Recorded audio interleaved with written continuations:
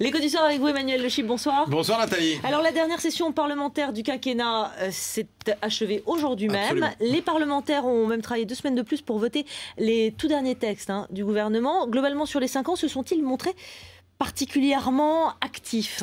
Alors, en matière fiscale et économique, ce Parlement, il a travaillé comme jamais. C'est-à-dire qu'on a eu, par exemple, 15 collectifs budgétaires, alors qu'en principe, on fait une loi fiscale chaque année. On fait un budget par an.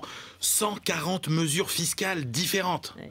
Alors on peut se dire, est-ce que c'est la faute finalement de Nicolas Sarkozy et de l'activisme de ses gouvernements? Eh bien non, parce qu'on se rend compte que cet activisme, eh bien c'est une plaie française. Cette folie de la régulation, cette folie de l'instabilité fiscale et réglementaire, c'est un fléau français. 20% des articles du Code des impôts sont changés chaque année. Par exemple, si on prend le régime des stock options, 14 modifications en 20 ans, 15 changements du régime des sociétés d'investissement immobilier cotées depuis sa mise en place en 2003. Et puis en plus, tout ça sans logique. C'est-à-dire qu'un coup, on favorise plutôt l'immobilier, un coup, on le défavorise. Oui.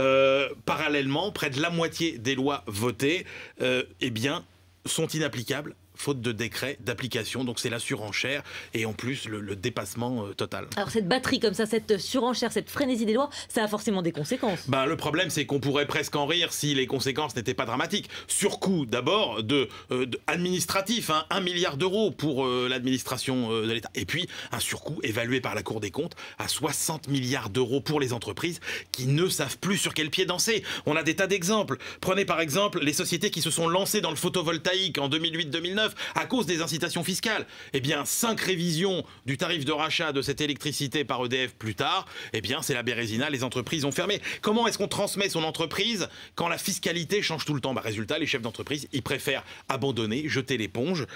Bref, il y a eu un sondage absolument passionnant. Eh bien, l'association Parrainer la croissance, quand on dit les patrons, qu'est-ce qu'ils veulent au prochain gouvernement? Qu'est-ce qu'on leur demande? On se dit des baisses d'impôts, etc. Non, surtout qu'on ne change rien. Statu quo. Ouais. Statu quo pendant 5 ans. En gros, le rêve des chefs d'entreprise, c'est la Belgique. C'est 1 an au moins sans gouvernement, qu'on ne fasse pas de loi et que ces lois soient bonnes ou pas pour l'entreprise, eh bien en tout cas qu'on ne change pas les règles du jeu en permanence.